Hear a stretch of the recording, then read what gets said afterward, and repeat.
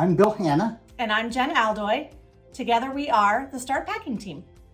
And today is our first official episode. We did give you the introduction last week, but the first episode of Start Packing with Jenn and Bill. So today our term used in the real estate industry is contingent. So I get this question asked quite often. What does contingent mean when a buyer is looking at Realtor.com, Zillow, Trulia, etc.? Contingent basically means that the home has an accepted offer on it. However, it has contingencies that it has to meet prior to being able to close. Those contingencies could be inspections, financing, sometimes even contingent upon the sale of another property. But it absolutely means that there is an accepted offer on the property. It's just contingent on some additional terms that are in the contract. And then Jen, that once those terms are all met, then it becomes sale pending. Correct? That is correct, yes. Okay, today's subject matter is in this very competitive market for buyers, how buyers can put their best foot forward, their best offer into the seller's hands, and what the seller is looking at as the best offer when they have multiple offers to evaluate. Obviously, price is the big thing. Price is, but price is not always the main issue. Sometimes the most important thing to a seller is possession.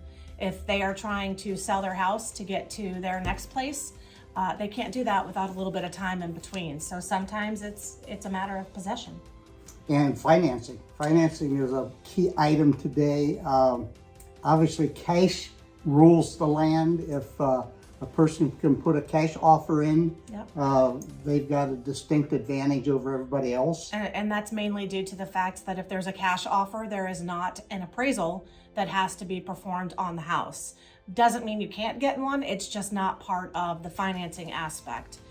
There's also, after cash, the best possible scenario would be a conventional loan. And then there are a few other things that could fall into it. Contingencies, as we just talked before, of our term of the day. Inspections is a contingency. Obviously, financing is a contingency. The sale of another home is a contingency. The less contingencies that are involved with an offer, the better that offer is in the mind and the eyes of a seller. That's right. The less contingencies or terms that are in the offer appeals to a seller. So if someone had a offer that was a conventional loan with no contingencies at all, and someone came in with an FHA loan that was requiring certain bank contingencies, clearly this one would go to the top for the seller. And there's just so many different items that can be involved. Obviously, as an agent that is representing you, they're going to put the best that you can out into the marketplace for the seller. However, the seller is going to view things differently than the buyer.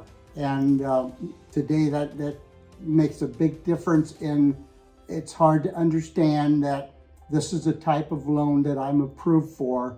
However, the seller is telling me that there's better types of loans out there.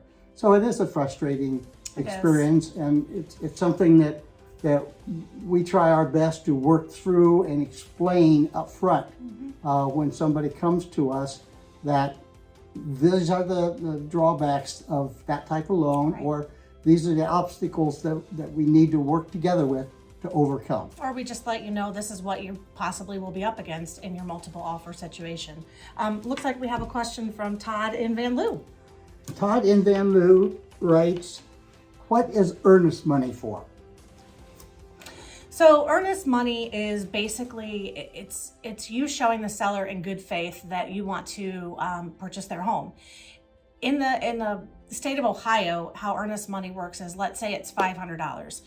The buyer would submit a check for $500 payable to whoever holds the earnest money. So basically, if it's a seller, we would have the seller's brokerage hold it, Sometimes it can also be the buyer's brokerage. It just depends. But that money, should any reason that the contract does not proceed due to any of the contingencies, that earnest money would go back to the buyer once the contract was terminated. On the flip side, if we made it all the way to closing, then that earnest money of $500 would either be cut back in the form of a check at closing, or more likely it would just be issued as a credit on the settlement statement, showing that the buyer has proceeded with closing.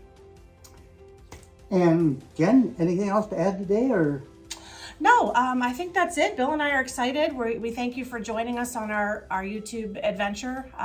We're going to be a little fumbly at the mouth from time to time, but we'll get better, and we appreciate you sticking around. And excuse my blinking. I'm having allergy problems with my eyes, and I just can't get them to water enough. Till we see you again, have a great day. And remember, be kind.